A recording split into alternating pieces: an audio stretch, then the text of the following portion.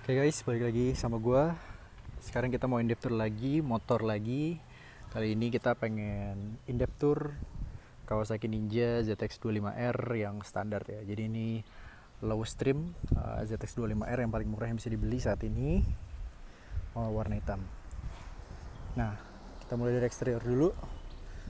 Sebenarnya eksteriornya itu kalau dilihat dari lebarnya gitu ya, apalagi kalau udah ganti ban, ini semua masih standar, cuman ada stiker-stiker tambahan doang. Kalau dari luar tuh sebenarnya modelnya tuh agresif banget ya. Jadi sebenarnya modelnya tuh bagus gitu. Tinggal butuh sentuhan-sentuhan dikit itu udah moge look gitu. Apalagi kalau misalnya ini udah nggak ada tulisannya ZX25R, shock depan bawahnya tuh diganti, terus habis itu dibikin double disc. Itu kayaknya udah mirip banget sama moge asli. Cuman pas ditarik aja gitu baru kelihatan, pas ditarik ketinggalan sama moge-moge yang lainnya. Nah, kalau untuk riding position itu sendiri, ini motor pendek ya. Jadi kalau misalnya kita berdiriin pun kaki tuh napaknya oke lah. Nggak pendek-pendek banget, cuman nggak kayak nggak tinggi lah. Maksudnya nggak yang bikin kita jinjit. Ini untuk postur orang Asia pada umumnya kayaknya masih friendly banget.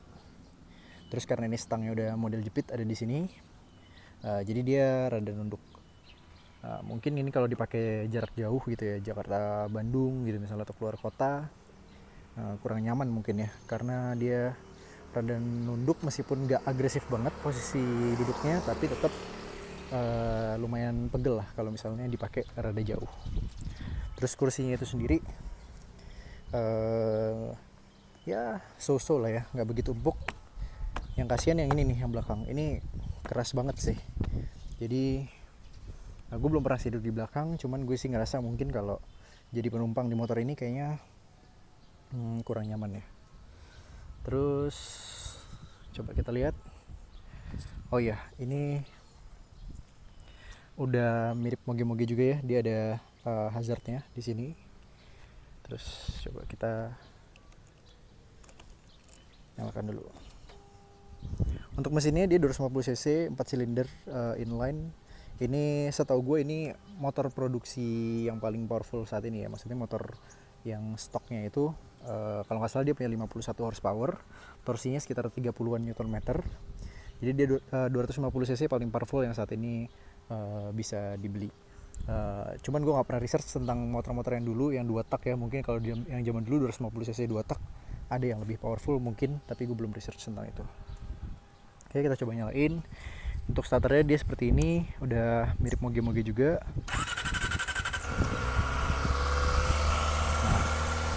Ini sebenarnya selling point dari motor ini salah satunya menurut gue ini sih, suaranya. Ini pakai knalpot standar, tapi sebenarnya kalau dari deket pun itu ada aura mogenya tuh berasanya di situ deh. Karena 4 silinder ya, kita tahu kalau motor 4 silinder suaranya tuh lumayan merdu lah, enak didengar. Kalau lampu utamanya dia LED, ini di sini buat high beamnya. Cuman untuk lampu sennya itu masih bolam standar. Untuk lampu belakangnya juga untuk stop lamp utamanya dia sudah LED, tapi lampu sennya masih pakai bohlam. Shocknya dia monoshock, ada di sini tempatnya. Terus knalpotnya modelnya underbelly.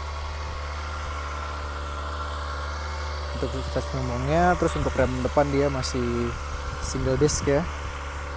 Terus ini rem belakang juga ada disc brake.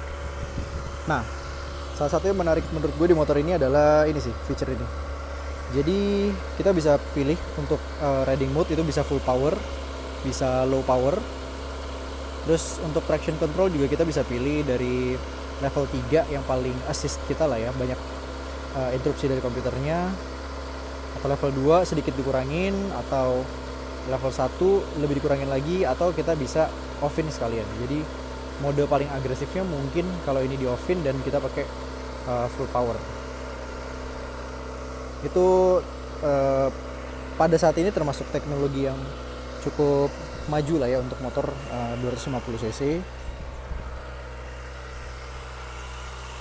Overall sih motor ini bagus sih, cuman mengingat harganya itu paling murah kan kita bisa dapetin 98 juta ya. Untuk yang ABS SE itu kalau nggak salah harganya 116 juta, itu on the road Jakarta. Itu kalau misalnya nabung dikit-dikit terus kita cari di pasar motor bekas, mungkin kita bisa dapat moge beneran. Bahkan kalau untuk ER6 itu kita bisa dapat motor itu masih kembali gitu. Nah mungkin after ini videonya kita coba compare kali ya, ZX25R sama ER6, kira-kira lebih worth to buy yang mana. Kalau untuk ini sendiri kesimpulannya, oh iya, untuk bahan bakar dia lumayan lah ya. Ini belum dipakai jauh, kilometernya masih 300, jadi baru dipakai ke sekitaran sini aja. Itu dapat average-nya kemarin kalau nggak salah di 11,2 km per liter. Cuman ini belum pakai jauh, jadi kita masih belum tahu kalau dia di jalanan yang lumayan lancar jalannya itu dapat berapa. Harusnya sih mungkin bisa sedikit lebih irit dari 650 cc nya IR ya. Cuman itu nanti mungkin bisa ditambahin di deskripsi kalau udah ada detailnya. Yap, mungkin segitu aja tentang ZX25R. Mungkin kesimpulannya buat kalian yang pengen pakai motor harian, yang buat berangkat kantor, berangkat kuliah, kerja, atau sekolah, itu nggak mau terlalu boros, terus habis itu teknologinya bagus, suaranya enak, itu mungkin bisa consider buat ambil motor ini ya. Karena ini jadi pas weekend dipakai sama Mori pun bisa menarik perhatian gitu kalau misalnya dia ganti knalpot, karena suaranya tuh enak gitu. Cuman kalau misalnya memang udah ada motor harian lain, misalnya pakai motor matic apa segala macam, mungkin nabung sedikit lagi, beli moge beneran, terus moge benerannya dipakai buat weekend doang, kayaknya sih lebih oke. Jadi mungkin kayak motor yang all in one lah kalau misalnya memang masih sering pakai harian apa segala macem.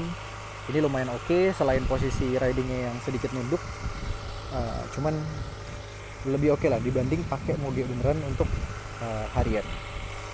Mungkin itu aja, sekian untuk video ZX25R. Jangan lupa buat like, share, subscribe, and comment. Thank you guys.